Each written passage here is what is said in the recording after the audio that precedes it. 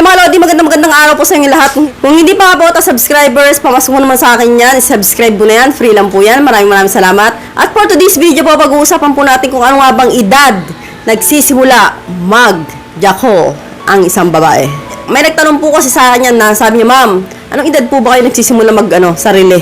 So curious siya. Gusto niya malaman kung pares nga ba yung babae sa lalaki. Alam ko po sa inyo mga lalaki, no, meron ng 15 to 18, nagsisimula na po kayong magsarili. Nagsisimula po kayong magsarili kapag po kayo ay tulina, no? Pinakabata siguro yung 15 sa inyo.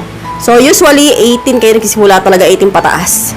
So, dyan, nangangati na yung mga ninyo, mga batuta ninyo. So, kailangan na ninyo kamutin. Kasi po, ang mga lalaki, mas advance kayo sa aming mga babae. Yung pagiging curious ninyo sa mga bagay-bagay, mas lamang kayo sa amin. So, kami po mga babae, medyo late kami. So, kumbaga, kami mga babae, mas stout kami o mas mahina ang loob namin na i-discover yung aming mga sarili. So, sa tanong na nga ninyo kung anong edad kami nagsisimula mag-jakol, no? So, kapag po ang babae, never po yung matututong magsarili kung hindi pa yan nakatikim ng hotdog. So, totoo po yan, no? So, natututo lang po magsarili ang sa babae kapag ka nakatikim na ng imbutido ng lalaki. Pero as long hindi pa yan nakakatikim, hindi po yan makakaisip na magsarili. So, kapag po ang babae ay nagsimula magsarili na, ibig sabihin po, nakatim na ng imbutido. So, ako Lods, nung dalaga pa ako, no, teenager ako, never kong ginawa yan. So, although naririnig ko yan sa mga classmate ko na masarap yung ganito, ganyan, natikman mo na ba yung ganyan, minsan pag-uusapan namin, never kong ginawa sa sarili ko. Kasi, alam mo ba kung bakit?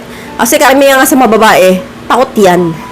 Takot yan nakalkaling yung bibingga nila. So, dati nga Lods, sabi-sabi noon, kapag ka nakipaghalikan ka nga lang daw sa boyfriend mo, pwede ka na mabuntis, di ba? Naniniwala tayo ng ganun, no? Halik lang, mabubuntis ka na. So, hindi pala totoo yun. At saka mga Lodi, no, kapag nakipaghalikan kami sa boyfriend namin, no, namamasa yung amin. So, natatakot kami. Inisip namin kung ano nga ba yung ba't namamasa yung kepyas namin. So, inisip namin baka, ay, yun na yun, nilabasan namin. Pero hindi pa pala. So, yun pala ay part lang ng libog mo. So, normal yun na kapag nalibugan ka, mamamasa ka. So, atod nga po sabi ko mga Lodi, ang babae hindi matututo magsarili kung hindi pa natin na imbutido. So, wala pa po ako narinig na birhen pa nagsarili na. So, lalo-lalo na kung teenager yung edad nila. So, meron po siguro, no, na birhen pa nagsasarili nila kung sila po ay may edad na at di pa rin tutuhog. So, kunwari, meron po kasi mga babaeng ganyan na inabot na ng 30 plus, hindi pa talaga nakakatikim ng imbutido. Pero yung sabi mo teenager 20, ganon, hindi pa yan. So, karamihan talaga sa mga babae, mga Lods, nagsisimula yan, 20 plus. So, edad 23 pataas, yan. Nagsisimula na magsarili yan. So, kasi yung mga edad na yan, nakatikim na ng imbutido yan, no? Imposibleng hindi pa. So, bibihira yung mga babae na umabot sa gayang edad ng hindi pa nakatikim. Pero meron pa rin. So, hindi ko nilalahat. So, ako, nagsimula ako 23. So, dyan na ako na-curious na panood-dood na ako ng bakbakang video. Kasi nga, natuhog na ako eh. So, hindi na ako birhen, diba? So, natikman ko na, hinahanap-hanap ko na. Kasi kapag ang babae, natuhog na yan, hahanap-hanapin na nila yung pakaramdam na yan. Kaya gagawin nila, magsisimula na sila manood at papakailaman na nila yung sarili nila.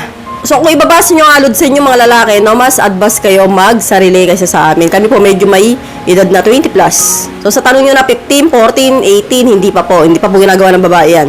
So, depende lang siguro kung addict. Kung talagang ganyang edad, nakatikim na ng mga pinagbabawal na gamot. Pero kung hindi pa, matino yung isip ng babae, ay hindi pa po naggaganyan. So, hanggang dito na lang po tayo. I hope you learned something new in this video. More videos to come, so stay connected. See you again to my next video. God bless. Bye-bye!